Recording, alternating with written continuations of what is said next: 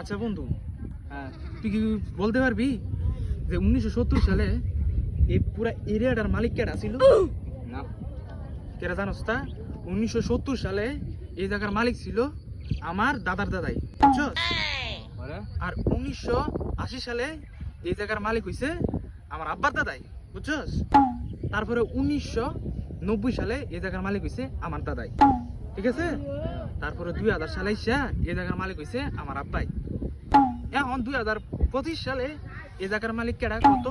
কেডা আবার 25 সাল আইসে তো তোর আব্বাই হইব। কেডা আমার কিছু পরে না? 2025 সালে এই জায়গার মালিক আমি কাইসা শিখদা।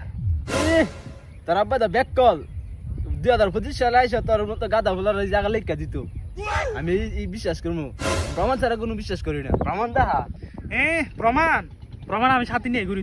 তুই জানোস তা আজকে রাইতে আমার আব্বা এলাকার মানুষ লইয়া আমার খাতা কলমে লিখে দিছে এই জায়গা, তুই জানোস তা? কই লইলো? প্রমাণ ছাড়া আমি কোনো বিশ্বাস করি না। প্রমাণ দেখা। খাতা কলমে লেখা দিছে, প্রমাণ দেখা। আচ্ছা দাঁড়া, আমি তোরা প্রমাণ দেখাইতেছি।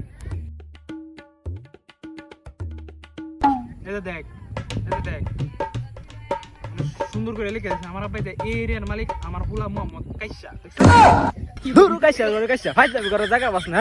তুই কালি কলম দা লেখা না, আমার খাতা কলমে লেখা দিছে।